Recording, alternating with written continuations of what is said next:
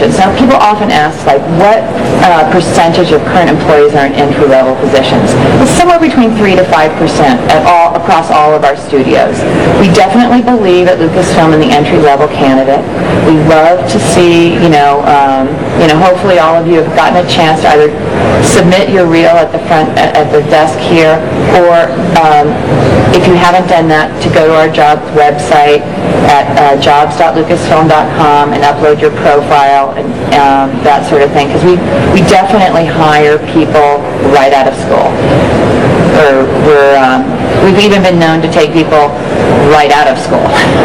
So, which I actually did this summer. We had an internship program, and people were in between their bachelor's degree and master's degree, and one of the students actually, he said, well, if we give you a job, would that be a problem for your master's degree?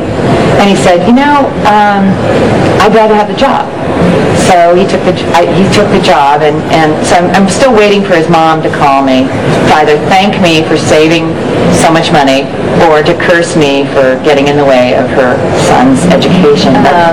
Which areas of the Lucasfilm pipeline do we hire mostly entry-level talent into? We actually hire entry-level talent into all disciplines, including PR and marketing and things like that, but certainly animators, ATDs, texture artists, concept artists, render, TDs, you name it. We have entry-level positions probably in most departments. So it's kind of an interesting thing. It doesn't,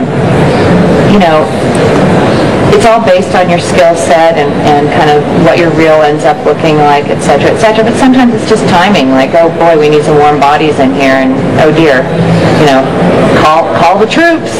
And then last but not least, are there natural career paths for certain entry-level positions? Of course there are. Everyone has their very first job. We have people at the company that started out as receptionists.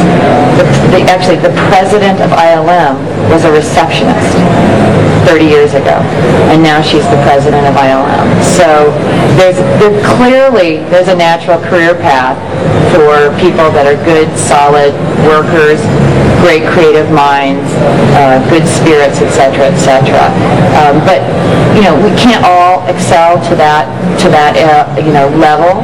But there are natural career paths in anything that you do. In addition to that, Lucasfilm has a very strong commitment to training their staff, not just when you come in, but while you're working at the company. There's continued training that you can take. There's artistic training. There's online training. The other thing is that the company really supports mentorship, and so your co-workers and your colleagues are very open to kind of taking you under their wing and saying, listen, you're an animator, but you really want to be a hard surface modeler. Let me show you how to do this, and why don't you work in your off hours doing this work, and I'll review it for you and help you out. It's done all over the company, and it's one of the great cultural values of our company that it's a very, very flat kind of organizational structure. So even somebody as famous as John Knoll is approachable and is willing to talk to his fellow colleagues, whether they just started or they've been with the company for 25 years. So it's quite cool. So let's talk about reel submissions. So the guidelines for reel submissions are very important. It's very important that you make sure that when you do submit your reel, for your protection as well as ours, that you sign a submission release form. It's basically for copyright infringement issues and IP issues. When you're submitting your portfolio or reel, please don't put originals in your packaging. The originals are very precious to you. We don't want them. We want copies of them. You can scan them. What we would prefer, of course, is that you have online portfolios and reels now, because that's very possible, and you can scan them and put them in there. But if you do send a hard copy of a reel, it should be on a DVD using NTSC as your conversion methodology. Please, no videotapes. That's over. Been there, done that. That was a long time ago, back when I was an entry-level position. But yeah, if you can do an online portfolio, that's always, we appreciate that. If we do start to want to interview you for a position, don't worry about worry about the quality level of your online portfolio, clearly, but we will ask you for a real reel to really review it with the visual effects supervisors, et cetera, if you do get an actual interview at the company. So don't worry about it, it's going to be too dark or too light or whatever it is. We'll actually ask you for real work so we can look at it on a real color-corrected monitor, et cetera, et cetera. And also, please include a shot breakdown of everything that you have done on your reel. A lot of times, if you are a student, you will have worked together on a project, and we'll get, at graduation time, we'll get 6 submissions from all 6 of the students that worked on the project.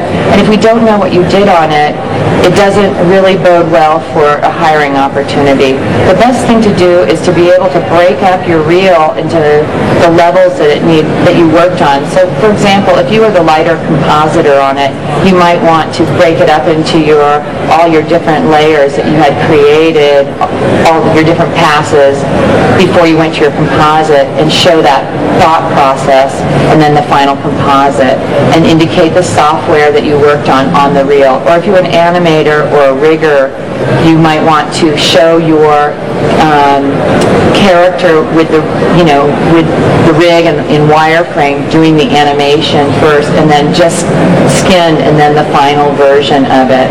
That way we can kind of see what your thought process, because thought process is really important to us.